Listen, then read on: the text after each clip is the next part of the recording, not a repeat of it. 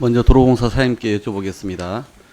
지난 국토교통부 첫 국정감사에서 제가 김현미 장관께 현재 5개 민자 고속도로 인천공항, 천안 논산, 대구 부산, 서울 외곽, 서울 춘천 이 5개 민자 고속도로를 지금의 MRG 즉 최소 운영 수익 보장 제도가 아니라 도로공사가 인수하면 반값 통행료 가까이 가능하다 이렇게 질의했던 거 혹시 들으신 거 기억나십니까? 예, 기억납니다. 제가 그건 개인적으로 주장한 게 아니라 국회 예산정책처에 제가 직접 국감을 준비하기 위해서 분석을 의뢰했고 서로 좀 비교를 해본 방식의 결과였습니다. 그러니까 그 취지가 어떤 건 아시죠? 한 8조 정도 되는 이 5개 민자고속도로의 해지 지급금을 조달금리로 인수를 하면 2060년이면 다 상환할 수가 있다. 그리고 통행료는 반값으로 낮출 수 있다. 이렇게 제가 얘기를 한 거에 대해서 장관은 검토해 보겠다 이렇게 얘기를 했는데 혹시 우리 차장님은 그 이후에 이 부분과 관련해서 검토나 보고를 받으신 게 있으신가요? 저도 의원님 질의하실 때 현장에 있어서 장관 답변하는 내용을 다 들었고 이 문제 제기하시는 문제의식은 공감합니다. 다만 저희는 저희가 의원님 주장을 수용하려고 그러면 먼저 국토부 결정이 선행돼야 가능하다는 말씀. 제가 앞으로도 계속 국민들은 더 저렴하게 통행료로 고속도로 이용할 수 있고 그리고 그 책임 기관인 도로공사는 훨씬 더 비용을 절감해서 이게 운영이 가능하기 때문에 서로 윈윈하는 그런 그 방식이란 말이죠. 그래서 이 부분은 제가 앞으로도 계속 집요하게 이 문제를 파고들 겁니다. 그리고 그렇게 구현시켜 볼 테니까 협조를 해 주시기 바랍니다. 제가 이미 그런 취지에 대해서 공감하고 국토부가 그런 결정을 내려주면 따르겠다는 말씀을 하시니까 제가 그러면 더 상세한 질문은 안 하겠습니다. 다만 제가 혹시나 해서 외곽 순환도로 고속도로를 가지고 외곽 그 순환 고속도로를 가지고 한번 제가 다시 한번 그 질의 이후에 분석을 며칠 사이에 해봤습니다. 그랬더니 결과적으로 이렇습니다. 그러니까 서울 외곽 순환도로의 경우 운영권 인수가 향후 한 2조 3천억 정도 사업 가치가 있는 걸로 판단하고 있는데 지금 국토부가 하는 또 도로공사하고 있는 재구조화 방식으로 가면 한 SCS 있죠. 비용 보존 금액이 한 2,261억 원이 들어갑니다. 그런데 제가 제안한 방식으로 하면은 지출되지 않아도 될 비용인 거죠, 당연히. 거기에다가 요금 인하도 현재 국토부와 도로공사가 하는 사업 재구조화 방식으로 가면 33% 임금이 인하가 가능한데 제가 하는 방식으로 비교를 해봤더니 40% 요금 인하가 가능한 겁니다. 당연히 그런 답이 나와 있기 때문에 제가 이걸 강력히 지금 다시 한번 말씀드린 거기 때문에 적극적으로 검토를 해 주시기 바랍니다. 네, 그렇게 하겠습니다. 네. 권병륜 이사장님, 네. 예, 오늘 좀 질문이 많지 않았는데 하나 좀 여쭤보겠습니다. 자동차 리콜 여부를 심사하는 자동차 안전하자 심의위원회 아시죠? 네. 자동차 리콜은 자동차가 안전 기준에 부적합하거나 또는 안전 운행에 지장을 주는 등의 결함이 있을 때 이루어지는 거 아닙니까? 네.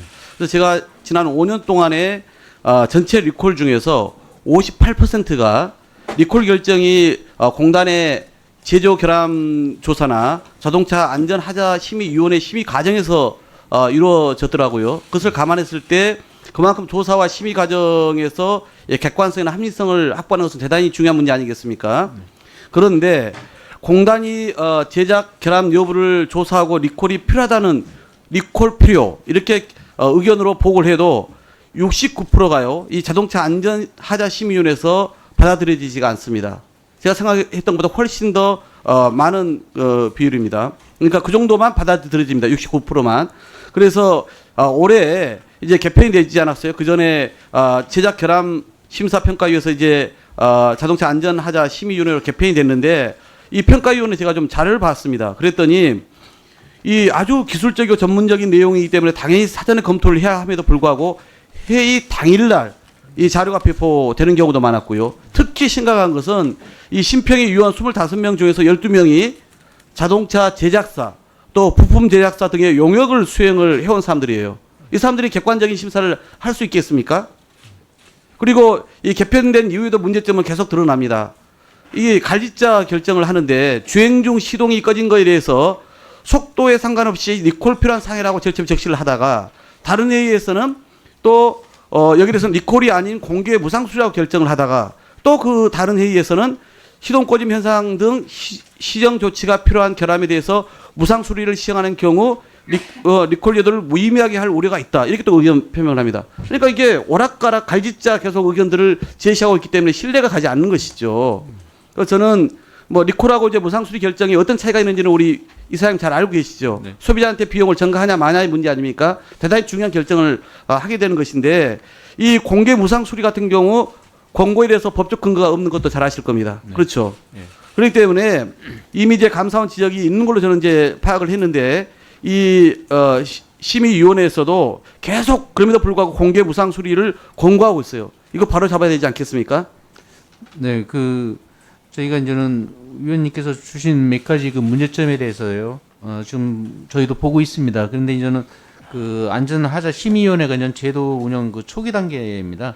그래서 저희가 이제 그것을 모니터하면서 위험 구성 이제 확대하는 방안을 갖다가 이제 저희 국토교통부하고 이제 상의. 그러니까 그런 그 업체의 용역을 해왔던 사람들을 심의를 맡기면 안 되죠. 그리고 당연히 풀도 넓혀야 되는 거고 그다음에 아까 법적 근거 없는 부분도 바로 근거를 마련해 주시기 바랍니다. 저도 관련된 법안을 발의할 예정입니다. 예, 저희도 뭐 심의위원 선정에 어떤 투명성을 확보하는 쪽으로다 하여튼 의견을 계속해서 검토를 하겠습니다. 네, 도로공사 사장님. 네. 어제 저와 함께 이제 많이 고생을 하셔서 이제 합의문을 발표하시게 되는데 우선 저는 사실 자회사 추진을 물론 이제 정부의 방침도 있고 도로공사에 여러 가지 어려움이 있기 때문에 이미 이렇게 진행돼 왔습니다만은 다 판결 끝나고 나서 추진했으면 어땠을까 하는 아쉬움은 여전히 남습니다. 그러나 이미 진행된 일이기 때문에 이걸 어떻게 수습할 거냐 차원에서 이제 물어보는 건데요. 대법원 판결 취지에 기본적으로 다 공감을 하고 계시는 거고, 근데 1심 계류자만 지금 이제 결국 남아 있는 거 아닙니까? 실질적으로는. 근데 2심 계류 중인, 즉 1심이 끝난 사람들은 직고용하기로 이제 합의를 한 거고, 그다음에 1심 계류자는 이제 1심이라도 그래도 받아야 된다라고 하는 저희의 권고를 또 수용해서 애초에 대법까지 다 받아야 한다는 입장에서 그래도 도로공사가 초기입장보다 많이 그래도 양보를 해서 이제 타결을 받다 이렇게 되는 평가를 하고 싶은데요. 그래서 아까 잠깐 말씀하셨습니다만은 1심 계류인 사람들을 왜 바로 직고용할 수 없는지에 대해서 한번 거기서 말씀을 주시고요. 두 번째는 연내제 다수 사건 1심이 21개 사건 중에 이 대부분 이제 연내제 그중에 다수 사건들이 판결이 나올 가능성이 선고가 나올 가능성이 있지 않습니까? 그래서 1심이 신속하게 판결되도록 협조하겠다 이렇게 얘기를 했는데 그래도 이 사람들이 지금 농성은 하고 있습니다만은 임금이 지불이 안 되는 것은 아니죠. 향후에 임금 판결이 나면은 차익이 나오는 거 아닙니까? 이 부분 좀 정확히 매듭을 좀 지어주셨으면 좋겠고 끝으로 이 문제가 비롯된 것은 과거 소위 도피하라고 도로공사의 직원들이 나와서 영업소 하나씩 차려 가지고 이렇게 낡은 정말 이 무책임한 이런 업무 시스템을 가져온 결과에서 여기까지 온 거 아닙니까? 저는 이거 법적으로 경제적으로 책임을 물어야 한다고 생각해요. 그냥 이건 넘어갈 수가 없습니다.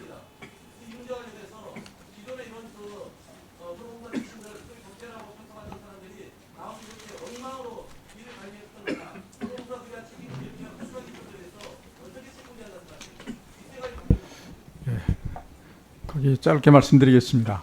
1심을 받아야 되는 제일 중요한 이유는 아까 말씀했던 것처럼 지금 근로자 지위 확인 소송과 임금 차액 소송이 같이 가고 있습니다. 그런 거기 때문에 이 임금 차액 소송을 위해서도 근로자 지위 확인 소송은 확실하게 한번 정리를 하는 게 그게 옳다는 말씀 드리고 또 그리고 이제 톨게이트 노조 위원장이 이야기했던 것처럼 그런 과정을 통해서 고용 의제인지 고용 의무인지 이런 분들이 정리되는 게 필요하다는 생각을 갖습니다.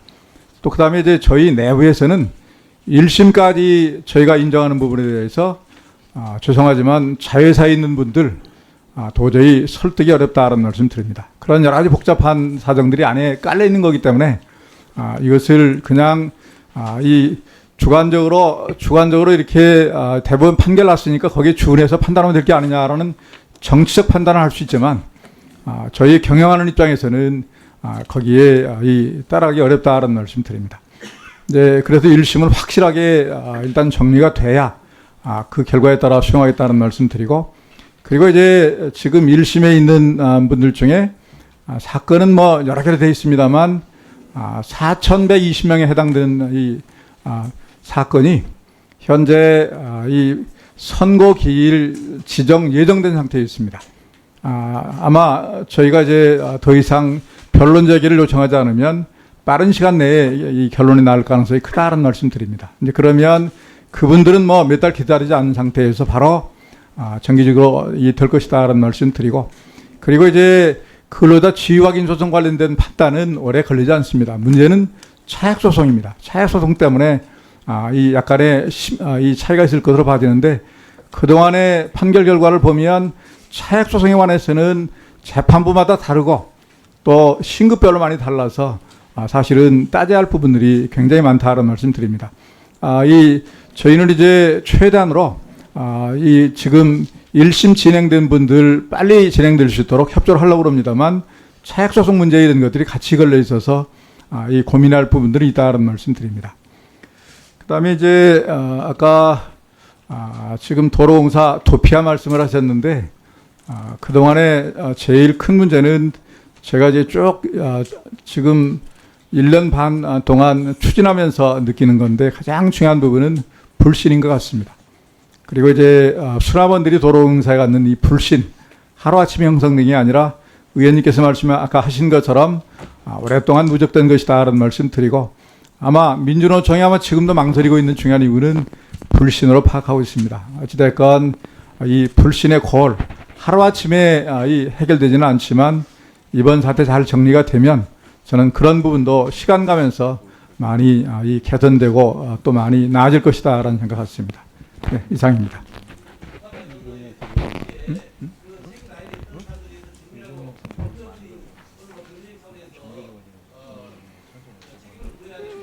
이제 그 부분들은 법적 책임까지는 저는 생각지 않습니다만 이미 다 끝난 일이기 때문에 제가 사장으로서 문제 제기하는 건 한계가 있습니다. 예, 뭐 또 보충 질의 시간이 있으니까요. 우리 박홍근 의원님 수고하셨습니다. 다음은 존경하는 이우삼 의원님 질의하시기 바랍니다.